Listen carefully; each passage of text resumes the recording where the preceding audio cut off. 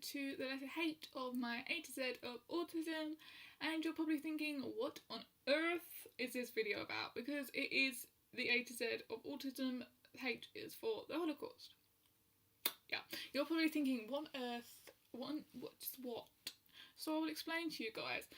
People with Aspergers syndrome often have specialist subjects like I don't even know, like trains and stuff, and not obsessions, specialist subjects, although I suppose they can sort of connect specialist subjects and obsessions. But this is my specialist subject, is the Holocaust. You may think, why? Don't ask. I don't know.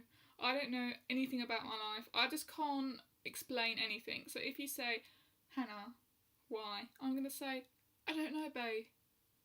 Like everything in my life, people ask why. I say, I don't know, it just happens. I don't know why I've become so interested in the Holocaust and know, like, Hitler's mother's birthday. 12th of August, 1860, Karl Hitler. No way. So, yeah, and she died something of December 1907 of breast cancer. Left Hitler a little orphan. But anyway, let's get to the video and stop talking about Hitler. So, like I said, I don't know why. I don't have any connections. I'm not like Jewish or anything. The only connection I have is that my nan was German in Nazi Germany, but I don't think that's why. I mean, I don't know much about her. She's dead, but I don't know much. My dad doesn't know much about her. My German granddad was apparently a postman during the Holocaust, and but I don't know. I never met the guy. I think he must have met the guy, but he doesn't even know his name. He just knows him as Opa, which is granddad in German. So I don't really think he's got any links. I hope she ain't got any links. Bloody hell, girl. Yeah, so I don't. You know what? I just tend not to think about it, and you know what could have happened, and hopefully what didn't happen, and the fact that I've got aunts, uncles, and cousins that so easily could be involved, and it is really sad. And I think I don't like talking to my dad about it because I think he struggles with it. I mean, he's like really fiery and he'll like stick up for his mum and her family, but I think deep down, he knows that, but yeah, I've only met her when I was a baby, and I really, really want to go down to Clacton or Frinton. My great auntie Margaret lives there. She's like 90, and she was born in like 1923 in Germany. So she's lived through all of it, and she's still alive, but I haven't seen her since I was a baby. So I keep getting my dad to go and see her before she pops off. So yeah, hopefully we'll go and see her. That'll be really exciting. But yeah, like I said, I've just told you like my whole life story, and I actually don't think that connects to it. I used to find it really freaky, because it is freaky. It's just like the gas chambers were really freaky. I watched like The Boy in the Striped Pyjamas. That was one of my first Holocaust films that I watched. I think 2008 I first became interested in it. My mum gave me a Holocaust fact book for my birthday when I was 12, 13. My dad was like, "Oh, what?" So yeah, that's kind of when I first became interested in it. I've just become even more interested in it over time, and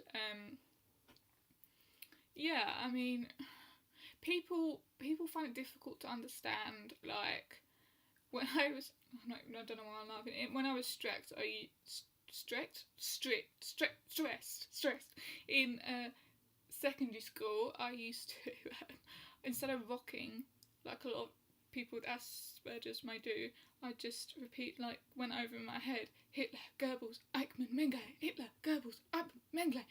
And yeah, I did get a few weird looks, but that was my stress release, saying like notorious Nazi names over and over and over again. And I really like the Holocaust Museum at the Imperial War Museum. There's like a massive Holocaust section. It's actually really near to where I live in London as well, and my university, so that's pretty damn awesome. I actually haven't been there since I started living in London, which is really weird. When I go, I'm going to hopefully go back there to uni this week because I've been off for the Christmas, but so I am actually go this week. Yes, that'd be such a cool idea. Anyway, so there's that, and I really like Holocaust films. Like, my favourite is Schindler's List. It's gotta be everyone's favourite Holocaust film. Come on. To be fair, that ain't even that sad. I know they get shipped to Auschwitz and stuff, the women, but to be fair, it's so emotional because there is generations because what he has done, and he didn't have to do it. He could have handed him off to God knows who, and he didn't. He kept him in his factory, and I don't even think he liked them at first, but he really, really grew to sort of care for them, and they had their Jewish wedding and everything. Oh my gosh. And he like breaks down at the end. Oh my god, Liam Neeson anyway, but Liam Neeson in that part. Woo! Yeah, and I also like Sophie's Choice, Meryl Streep. It is really sad, but it's not realistic as such. It's got quite a few errors. I think basically she's a Catholic and ended up in Auschwitz, and I know she's part of the resistance, but Catholics didn't normally end up in Auschwitz. The Auschwitz was mainly for the Jews and the odd gypsy, Roma gypsy. And of course she was making a choice which child to send to the gas chambers, but really, if Catholics were in that, which they normally weren't, all the children would get given to somebody else because they didn't do the crime. But really, I know he was trying to torment her, but really they would have just taken both of them because there wasn't really, apparently there's a children's camp, but there weren't a children's camp. Not in Auschwitz, not for like, he was like 5. Like, what? But I did still like it. I think Meryl Streep was amazing, like best performance like ever. And yeah, I think it was realistic the way that like Rudolph Hirsch was like coming on to her and stuff. I think that probably easily could have happened in that sort of situation. And I also like Escape from Sobibor. That's really good. And Holocaust 1978, Meryl Streep again. Basically, it's this like 9-hour TV program. Check it out, guys. It's like really cheap on Amazon. My mum bought it for me when I was like 13, and I was really depressed. And the school were like, "Why did you buy that for her?" And my mum's like, she just didn't want me to be stalking people online, so she bought me a Holocaust DVD instead. Awkward. So yeah, that's really good, and that kind of not fuels it, but it kind of, I just think it's so interesting that horrible. Don't pretend I don't get emotional because it is horrible, and it's just like the worst thing that could have that could happen. And you know, these people, of course, my nan was still alive then. You think, you know, it's only 2 generations up from us, the people that suffered, and some of the survivors are still alive now. I mean, that's really crazy. I mean, I know they're on their last leg and everything, but the fact that they are still alive is just crazy, and that something could have happened in, you know, the last last century. It's just crazy. And in Germany as well, it's not like it was in blinking Ghana or something. No offence to Ghana, it's just the first one that popped into my head. It happened in Germany. Do you know what I mean? And it is just as crazy as a show. I don't know why one half of me's darker. Oh, it's better now. But I think it's just because of the lighting from the window for there. Don't just think I've like covered like half this face with makeup and this one not. No, that one and that one not. Anyway, going off tangent here.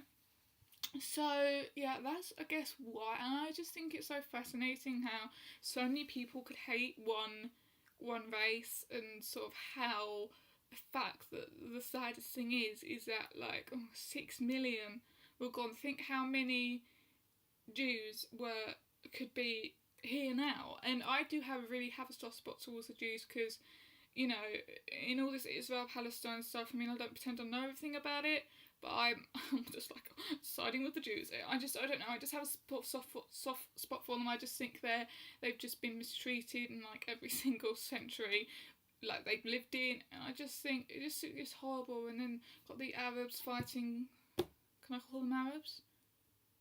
Palestinians.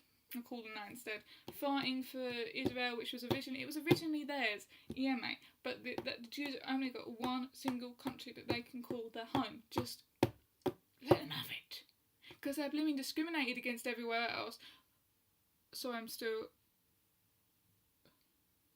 That side is so much darker, but it isn't when you lean back. Okay, anyways, so...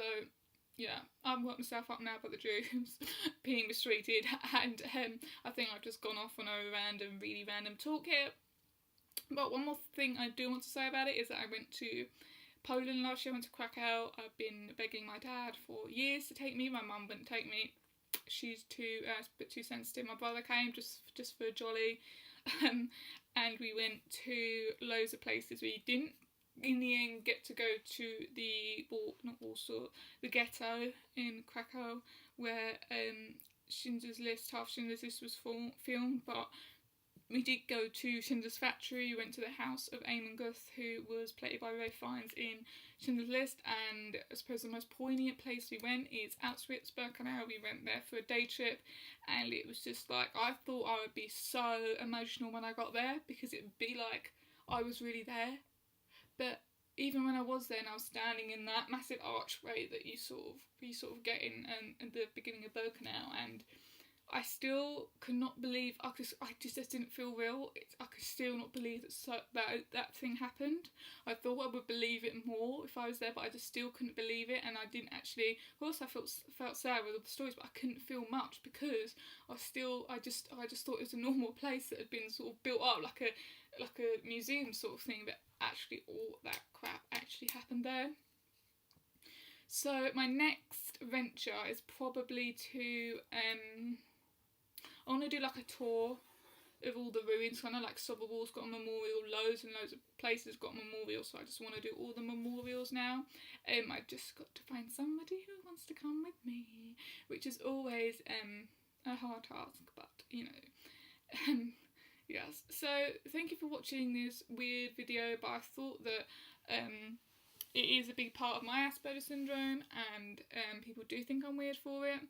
However, I don't care, because you know what I mean. I just don't care, but I do care that this lighting's so crap that it look like I'm darker. One's darker than the other.